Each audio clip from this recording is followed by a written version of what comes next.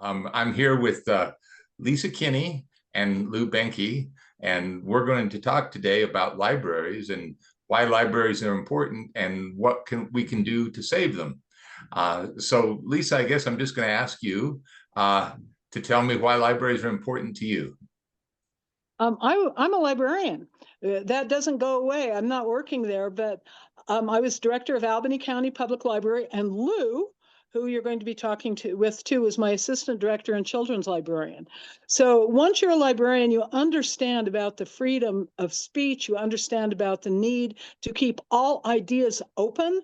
And that's what libraries are for. I spent lots of time when I was at the library talking to national representatives, Dick Cheney, for example, one. And then when I went over, I was in the Wyoming State Senate for 10 years, and I felt like I called myself a library spy among all of the senators there because I constantly brought up libraries as needing to be funded. And that's why it's very personal to me that libraries are well taken care of. Right now, libraries are being attacked. I'm going to ask Lou about some of these attacks because they're detrimental to everyone. There's a whole group of people trying to ban library books, trying to hurt librarians, trying to really take away the beauty and of the library done and then made by Andrew Carnegie, who is a steel magnate, and he did 2,300 libraries across the United States. So, and I'm sorry to say this, but what did a man who was probably one of the most wealthy men in the entire United States do with his money in the 1800s, early 1900s? He built libraries. So I think some of them who have millions of dollars, billions, and even $1 trillion could spend some of that money to help the people that are in the different counties and the states instead of trying to get richer. So that's my thoughts. And so, Lou, I have a couple of questions because I know you've been working, on this. It's your, and you can tell us about yourself because I haven't said anything other than you were my director. But do you want to talk? Just tell us what you've been doing about what you've studied, what your areas of expertise are, and then I have a few questions. Sure. Again, I'm Lou Benke. And despite Lisa saying I was her director, it was the other way around. She was my director at wonderful Albany County Public Library. Now, I spent all total over 35 years as a children's librarian. And I started off thinking that libraries were important because when we didn't have a library in my fourth grade elementary school class, at the beginning of the year, I panicked and I went to the teacher and I said, "Where's the library?" And she says, "Okay, you just decided for me, you're going to be the librarian this year." So she got out her boxes of books and I became the librarian for the fourth grade. And I started thinking that's a pretty neat job. And as I went through my young years, there were several different things that I thought, which way should I go? What should I be doing? Who am I? And every time one of those things came to a head, there was the library for me, giving me books and information and support for whatever decisions I needed to make about my life. So that's why I think libraries are so important. And I worked as a children's librarian as well as a stint as the assistant director under Lisa. And I then went back to school to learn more about how literacies relate to libraries. So that's where some of the attacks that are happening on libraries right now really concern me because they're really attacking our literacy as Americans whenever they go after libraries and the books and the materials that they have. So that's me, Lisa and Ted. And I'll tell you one other thing about Lou. When she came to work, she volunteered first. And I kept getting little messages from different people in the library. And they said, "Lisa, you're doing this, but somebody has recommended that you do something slightly different." And I'll tell you, to be a good administrator of anything, you have to know when people make good suggestions and you take them. You don't ignore them. Lou never said, and no offense, never said, "You're doing a great job, Lisa." She always said, "You're doing well, but couldn't you do better if?" And I think our administrators and our presidents and our legislators need to understand when you have criticism, you take it and you use it because you come out better, you look better than getting yourself into a position. And Lou always did that. She was my little voice that told me how to do things better, and I appreciated that. So thank you for that, Lou. Anyway, one of the questions I have, because I know you've been, one other thing about Lou, she's the best storyteller that anyone has ever heard. And so sometime ask her to tell you a story, and maybe she will. But what have you seen that has happened in libraries recently in Wyoming and the banning of books? Because that's a big problem. And what do you think about it? And what, in fact, I guess there was a House bill and it was defeated, but it's likely to come back again. So what are you thinking about that bill? Well, I have a feeling that Wyoming is following the same pattern that's happening across the country, which is that there will be groups that get together and they start pushing, and they're not always groups from the community. There's the Moms for Liberty that came to Wyoming, and they were behind that House Bill 10 that you're referring to, Lisa. This was this past legislative session in Wyoming, and it said it was to get rid of anything that was considered sexually explicit, and that included anything that had to be about LGBTQT plus. So they wanted to get anything that had anything like that out of school and public libraries. Now, it passed, it sailed through the House, but when it got to the Senate, there had already been a lot of librarians across the state and the Wyoming Library Association and people who support intellectual freedom who spoke up and started to say, no, don't pass this bill.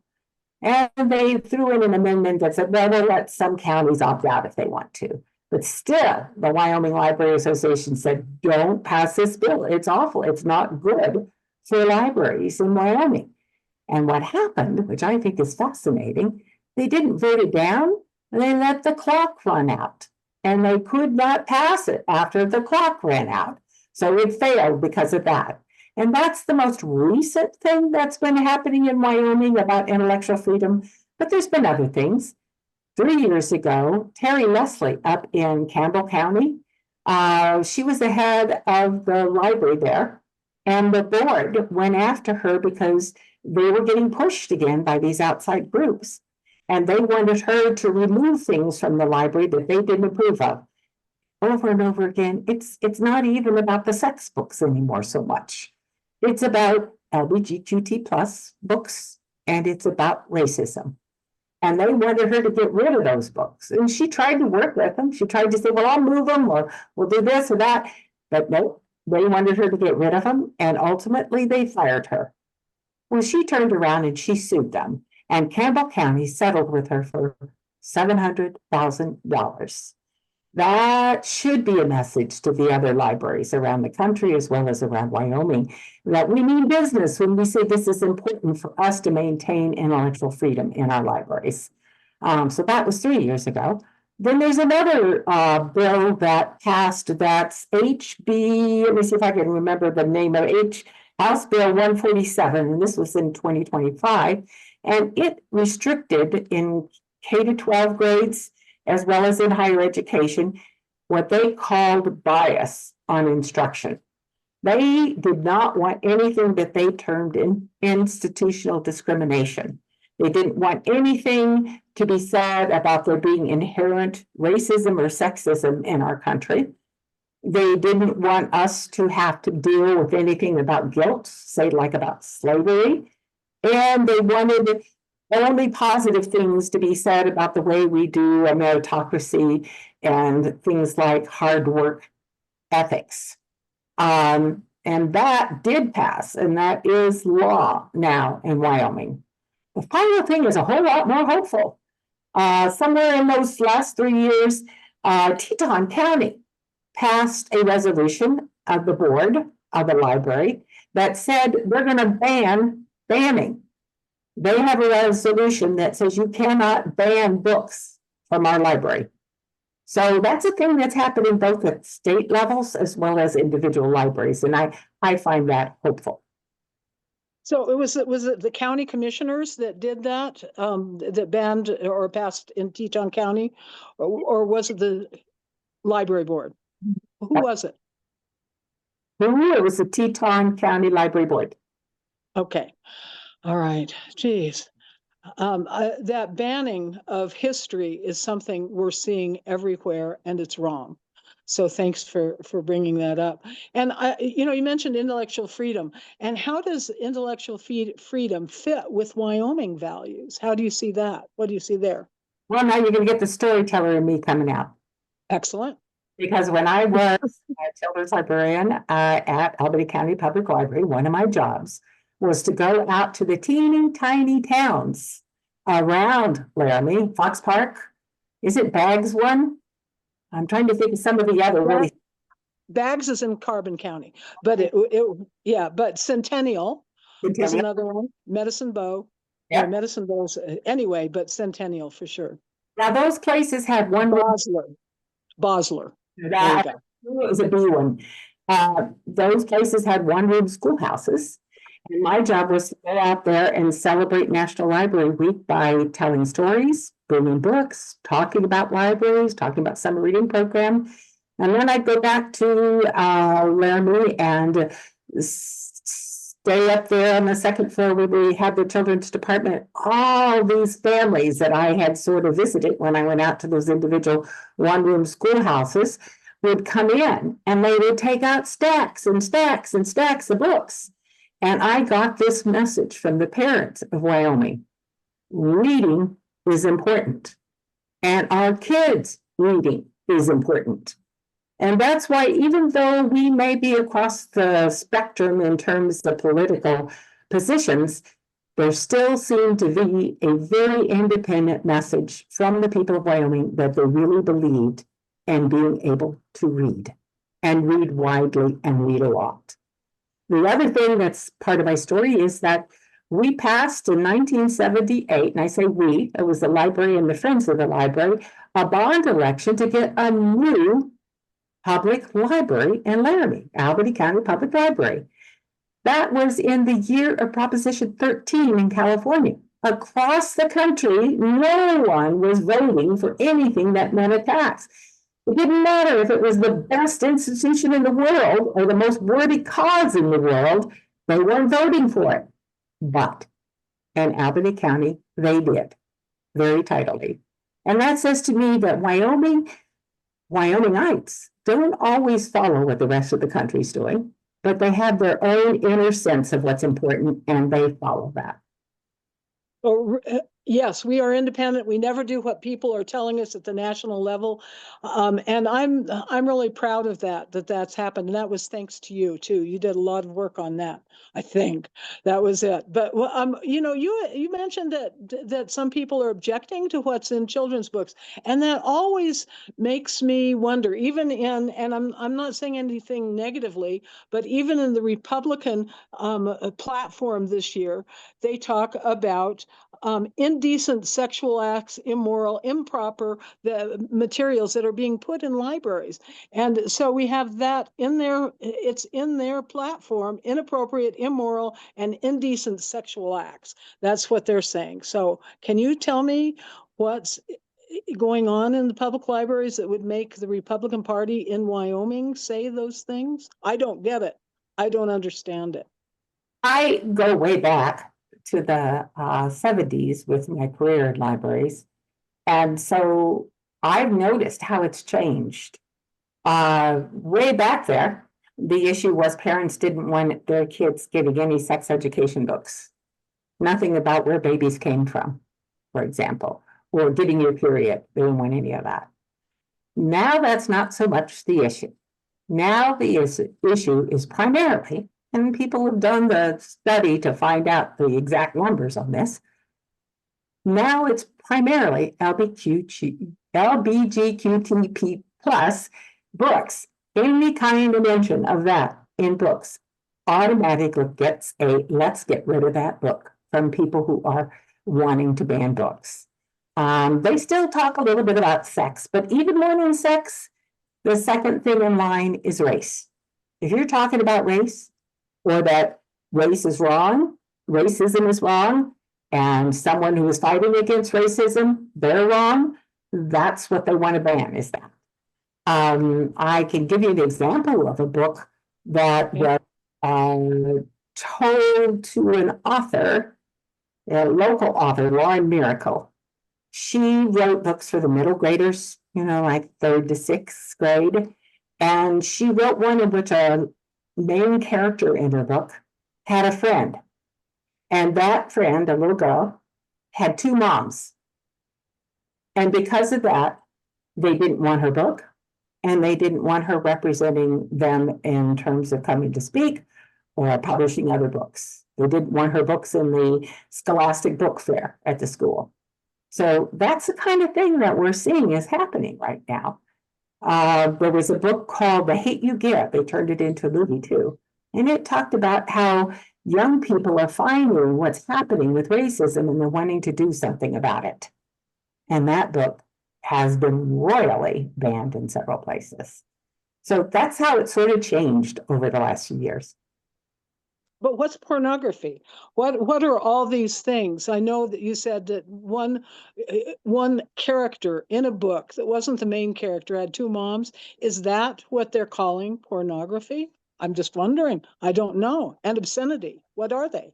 Yeah, it's sort of interesting. And you with your law degree can help speak to this as well. But in reality, people tend to think that when you say pornography is this thing that's got edges to it.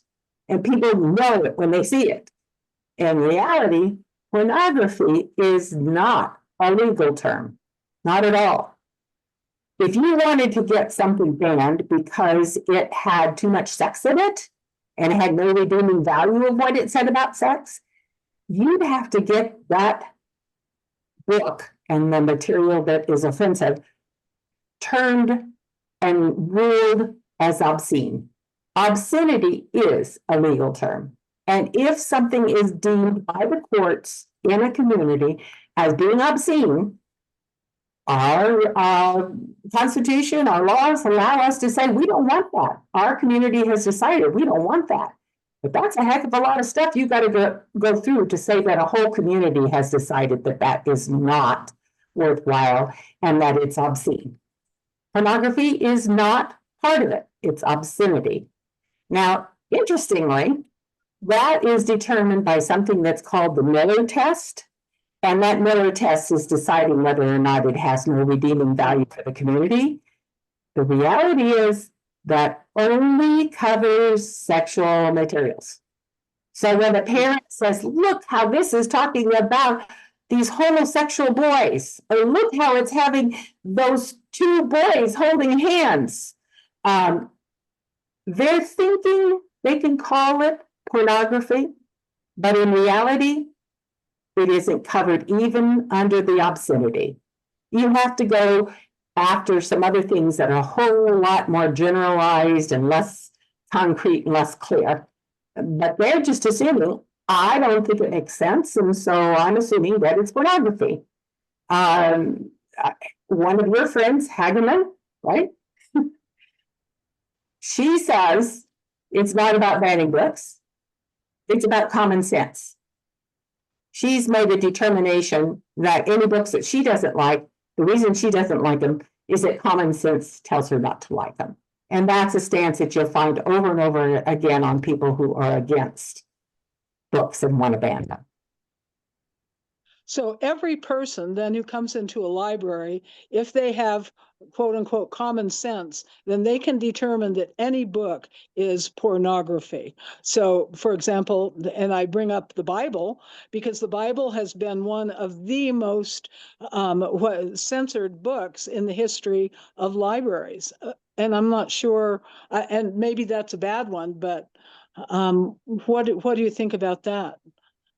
And is common sense what I believe and what you believe and what every single person who comes in believes? Because common sense really differs in people, and so I guess what do you think Wyoming citizens then can do to protect our intellectual freedom if everybody comes in with common sense and has different belief systems about every book that's in the library? It seems like it's a mess. Well, there's about 3 things in there that I'd like to respond to. I'm sorry, I kept talking. is that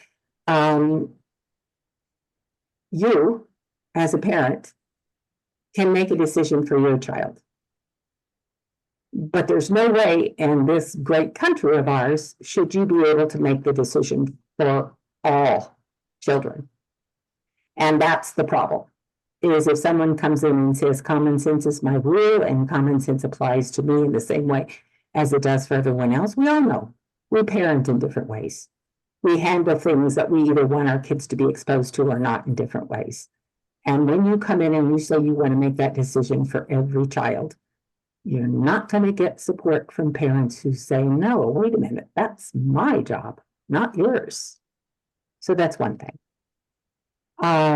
Another thing is, what can you do? I think one of the things you can do, and one of the reasons I'm so pleased you're running, Lisa, is that you can vote. You can vote for people who speak up and say what their minds are on some of these really important issues. And you could say, I am going to be watching and I am going to be supporting those that are pro intellectual freedom and against censorship. You can, and this is an easy one, get a library card and use your library. The more you use your library, the more you're telling the community with all the officials there, the leaders there, I believe in what the library does. And what the library does is provide lots of different viewpoints. You can read banned books. That's a fascinating challenge. A lot of people have taken up that as they get upset about the different banning. They've decided, well, I'm going to read and see what's so awful. And they read them and they discuss them with their friends, and they're finding, wow, there was that one page that made me a little uncomfortable, and I could see where someone else might get uncomfortable. But oh my goodness, the lessons I learned from that book, the insights I gained from that book. And the more of us that are doing that, the more we're going to put this back in the realm of, this is not something that's good for everybody. It's not even good for a few, but you don't get to decide for other people. You could also support the different groups that are supporting intellectual freedom, like ACLU, Wyoming Library Association, American Library Association. There's a group called PEN that supports intellectual freedom. So you could do that kind of thing. There's quite a few things you could do, but the main thing is to follow what's happening with our laws and with our legislators and speak up. Go to either a library board meeting or a school board meeting, or I testified multiple times at the state legislature about some of these laws that I think threaten intellectual freedom. And it's an exhilarating experience because you realize you're part of a process that's extremely important. So those are the things that I would suggest. Well, I'm glad you brought up voting, because I am running for Congress. And so I kind of have looked briefly about the kinds of laws that I could pass. There is a law, it's called Institute of Museum and Library Services, left over from LSA a long time ago. And let me just tell you some of the things. They've given $12.6 million, $1.2 million to the Wyoming State Library. And then there's also a construction fund that gives $12.6 million. And let me tell you briefly some of the towns. Tensleep Branch Library won an award because of what they did. It was a $10,000 award. Casey Branch Library got $2.65 million. They tore down the old library and built a new library. Albany County, if you saw the changes there, they got $1.48 million. Natrona got $90,000 for its business center. Fort Washakie got 440 books for its mobile library. White Mountain in Rock Springs got money. And they turned down, they figure 71 to 86% of the really excellent grant applications that they got.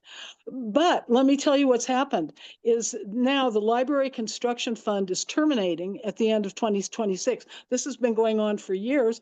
And we talked a little bit about it, but the White House federal budget, which is $1.5 trillion, shut down the Institute of Museum and Library Services and included only $6 million to shut the whole thing down. I have, in fact, a list of all the things. Ooh, I kind of disappear on this. That's kind of, I have a list of all the different things. It's 3 pages of what the federal government is cutting out in that $1.5 trillion. And they're decimating libraries. They're decimating a lot of what we were just talking about. And that's where I would fit in. I would make sure that libraries continue to be funded at the congressional level so that you can not only go, like you say, to the city council, to the county commissioners, to the state legislature, but also to Congress and say, you've got to fund these things because our state, and you can see it, just a handful, 7 or 8 libraries have benefited from the kinds of funds that they're talking about. And so that's what one of my goals would be. And I'm here and ready to continue to stand up for libraries and everything that I believe in. You know what I always thought was interesting was the studies that were done on how libraries come across to the public. And generally, people love libraries. Generally, people love libraries. And so we're on the right track when we're saying, let's support them. Let's keep them going. Let's get them money.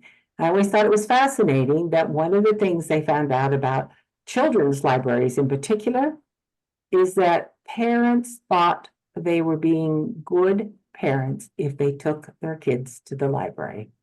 And they are. But just the fact that that's a widely held belief said a lot about the place of libraries in our communities. I want to go back to Andrew Carnegie, and then I'll ask if there's anything you want to close with.